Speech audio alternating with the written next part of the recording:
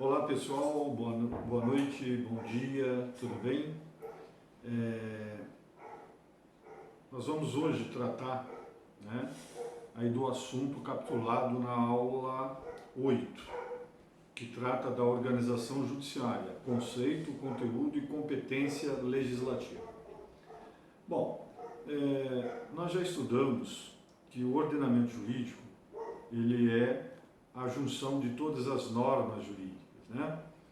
E nós temos as normas jurídicas de direito material e as normas jurídicas de direito processual. E também podemos classificar as normas jurídicas como sendo de organização judiciária. Sempre lembrando que a norma, né, ela pode ser tanto uma lei constitucional, uma lei complementar à Constituição, né, uma lei ordinária federal, uma lei ordinária estadual, uma lei municipal, como também decretos, portarias, resoluções, né, de todas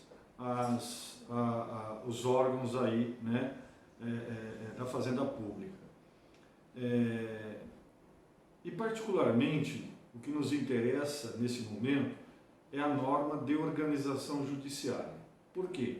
A norma de organização judiciária é aquela que vai regular como o Poder Judiciário ele será constituído, como ele é constituído e como o Poder Judiciário funcionará, né? E dentro das normas de organização judiciária, nós temos as normas de organização judiciária, nós já vimos isso em aulas anteriores, nós temos as normas de organização judiciária propriamente ditas e as normas de organização judiciária processuais, né? As normas processuais são aquelas que atuam diretamente no processo, ou melhor, atuam regulando a atividade processual. Enquanto que a norma de organização judiciária propriamente dita é aquela norma que organiza o Poder Judiciário e dita como ele funcionará. Por exemplo, se o Tribunal de Justiça do Estado de São Paulo, né, ele quiser extinguir uma comarca ou criar uma comarca nova, ou ele pretender criar mais uma vara, né, aí, judicial, por exemplo, na comarca de Dracena, ele tem que editar uma norma. Essa norma é uma lei, lógico, que ele vai ter que elaborar, né, porque ele tem competência legislativa, o tribunal ele tem competência legislativa para isso, ele vai elaborar a norma e vai encaminhar ao Poder Legislativo competente, que nesse caso hipotético é a Assembleia Legislativa do Estado de São Paulo. Isso pode ocorrer também, lógico, né, gente, lá com a Justiça Federal. Se houver necessidade de criar, por exemplo, uma vara da Justiça Federal, é lógico que aí a competência para a elaboração dessa norma e encaminhá-la ao Poder Legislativo competente será do Tribunal Regional Federal respectivo. E o Poder Legislativo competente, nesse caso, não é a Assembleia Legislativa do Estado, e sim a própria Câmara dos Deputados, né, em nível federal. Então, a norma de organização judiciária, ela atua na composição, na organização e no funcionamento do Poder Judiciário. Também, por exemplo, se o Poder Judiciário ele tem lá intenção de dar um reajuste, né, para os seus funcionários. Lógico que essa proposta deve partir do Poder Judiciário, ele tem competência para isso e deverá fazê-lo através do quê? Fazê-lo através de uma norma de organização judiciária. O caso também de admissão, né, de serventuários da Justiça, e aí estamos falando lá do escrivão, do escrevente, do oficial de justiça, todos esses serventuários eles devem ser, né, recrutados aí através de concurso público. O próprio juiz, né, na maioria das vezes, ele é recrutado através de concurso público. Estou falando da maioria das vezes porque nós vamos ver mais abaixo, gente, que existem situações que a pessoa ela ingressa na magistratura, mas não ingressa através de concurso público, tá? Então, a exigência para o concurso público se dá de forma integral em primeira instância. Depois vamos ver mais abaixo que em determinados momentos esse ingresso algumas vezes ele não é feito através de concurso público, tá? tá? Mas isso aí a gente vai ver daqui a pouco. Bom, então já sabemos que a norma de organização judiciária é aquela que regula a composição do Poder Judiciário, a sua organização e funcionamento, né? Que difere da norma de direito material, né? Que é aquela que dita as regras, né? Aí, que os cidadãos deverão obedecerem no seu convívio social. E se as normas de organização judiciária, elas organizam o Poder Judiciário quanto à sua composição, né, quanto ao seu funcionamento, quanto à criação, né, de órgãos do Poder Judiciário, nós temos lá no artigo 92 da Constituição Federal quais são os órgãos do Poder Judiciário. Nós já falamos em aulas anteriores, gente, que o Poder Judiciário ele é um só, né? O Poder Judiciário ele é uno, né? Mas ele é dividido em órgãos. Para quê? Para racionalizar os trabalhos, né, do Poder Judiciário. Imaginem vocês se houvesse só um órgão do Poder Judiciário lá em Brasília para atender a demanda de todo o território nacional. Seria o caos, né? Então, a norma de organização judiciária, nesse caso a Constituição Federal, tá? Ela nos diz quais são os órgãos do Poder Judiciário. Por exemplo, peguem lá o artigo 92 da Constituição Federal. Diz lá, são órgãos do Poder Judiciário o Supremo Tribunal Federal, tá? O Conselho Nacional de Justiça, depois no inciso 3, o Superior Tribunal de Justiça, depois no 2A, o Tribunal Superior do Trabalho, né? Depois, no inciso 3, os Tribunais Regionais Federais e Juízes Federais, depois no inciso 4, os Tribunais e Juízes do Trabalho, 5, os Tribunais e Juízes Eleitorais, 6, os Tribunais e Juízes Militares, 7, os Tribunais e Juízes dos Estados, do Distrito Federal e territórios. Sempre lembrando que territórios nós não temos, né? Não temos mais territórios, né? Então, essa parte aqui final do inciso 6, ela deve ser desprezada, né? E aqui dá para notar o seguinte, né? Nós temos dentre esses órgãos do Poder Judiciário chamados tribunais superiores, né? Quais são os tribunais superiores? Primeiro nós temos o tribunal, né, que é o órgão máximo do Poder Judiciário, que é o Supremo Tribunal Federal. Depois nós temos o Superior Tribunal de Justiça, né? O Supremo Tribunal Federal, conforme nós veremos, né, em outras aulas, ele é um tribunal que está lá para proteger a Constituição Federal.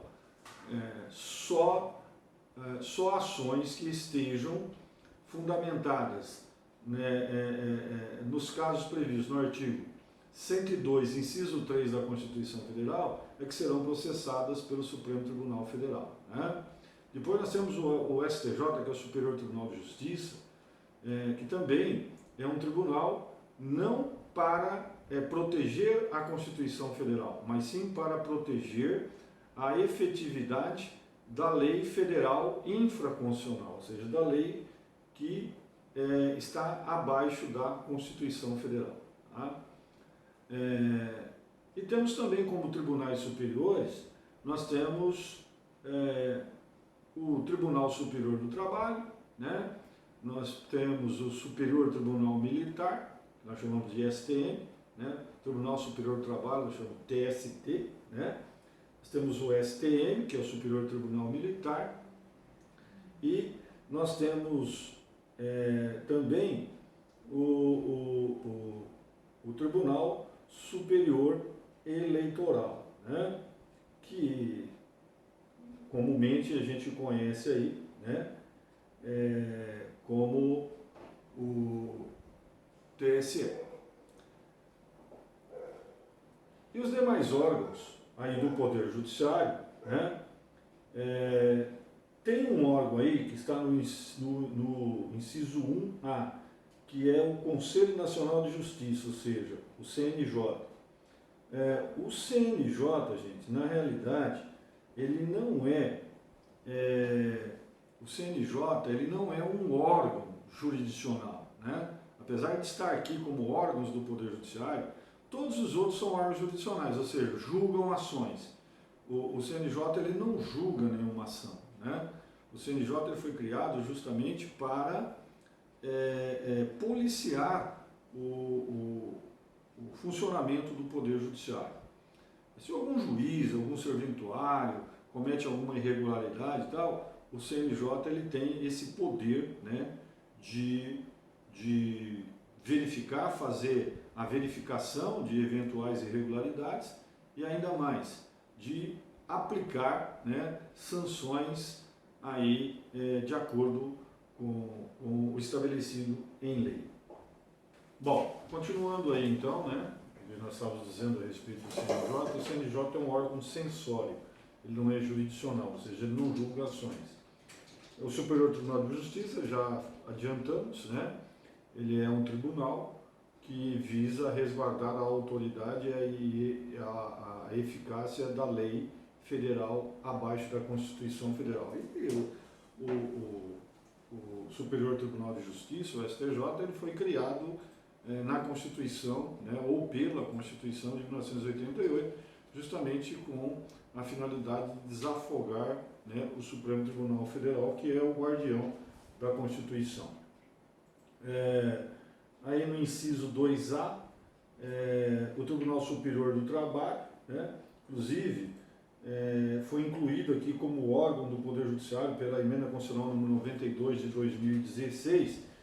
Na realidade, ele já estava incluído como órgão do Poder Judiciário, só que antes ele estava lá, né, compreendido como órgãos da Justiça do Trabalho, né, conforme diz lá o inciso 4, né, então, os tribunais e juízes do trabalho. O TST, o Tribunal Superior do Trabalho, estava incluído como tribunais, né, da Justiça do Trabalho. Agora, o legislador trouxe, né, o TST de forma explícita, dizendo, ó, o Tribunal Superior do Trabalho, ele faz parte aí, né, do Poder Judiciário. Ao meu ver, não havia nem essa necessidade, né. Inciso 3, os tribunais regionais federais e juízes federais. Nós vamos ver mais abaixo, né, que nós temos a justiça comum e a justiça especial. Justiça especial é a justiça do trabalho, justiça militar e justiça eleitoral. Todas as demais são chamadas justiças comuns. Tá? Só que a justiça comum, ou ela é federal, ou ela é estaduais. A justiça comum federal, ela trata de questões em que esteja a União, suas autarquias, empresas públicas, como autora, ré ou interveniente. Ou seja, toda vez que a União estiver inserida num processo, seja diretamente ou indiretamente, né, esse processo ele deve ser desenvolvido perante a Justiça Comum Federal, que é a chamada Justiça Federal. Quando não houver a presença da Fazenda Pública da União como autora, ré ou interveniente, ou seja, ela não faz parte lá, né, de nenhuma forma, essa ação, né, esse processo será desenvolvido perante a Justiça Comum Estadual.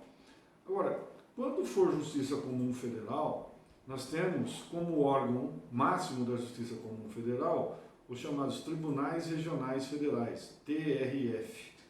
E no Brasil nós temos 5 Tribunais Regionais Federais, TRF1, TRF2, TRF3, TRF4 e TRF5. Né?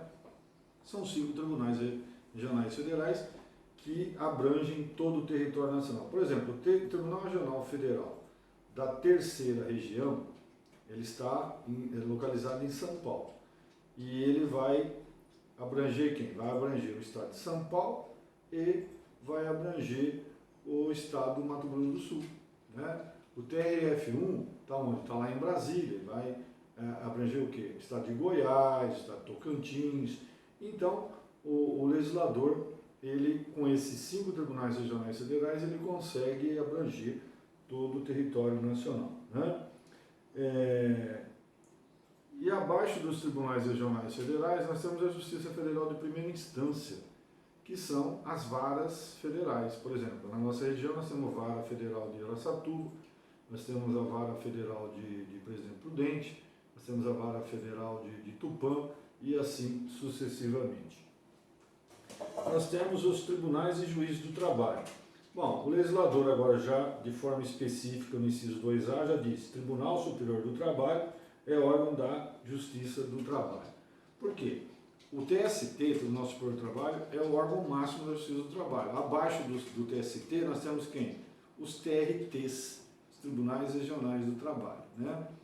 E abaixo dos TRTs nós temos o quê? As varas do trabalho. No nosso estado, aqui o estado de São Paulo, nós temos 2 tribunais regionais federais.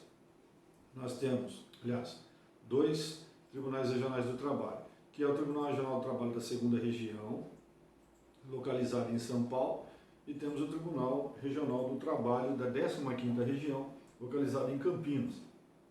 E aí, o TRT-15, como é chamado, ele vai abranger, né, o restante do estado. Então, de Campinas para baixo, né, até Panorama, Presidente Epitácio e tal, é tudo TRT-15, né, que tem a sua jurisdição através das chamadas varas do trabalho. Que nem Dracena mesmo tem uma vara do trabalho aí. Qualquer processo que tramitar aí pela vara do trabalho de Dracena, né, se houver algum recurso tal, isso tem que ir para o Tribunal Regional do Trabalho da 15ª Região, que é aquele que tem aí jurisdição, né, em Dracena.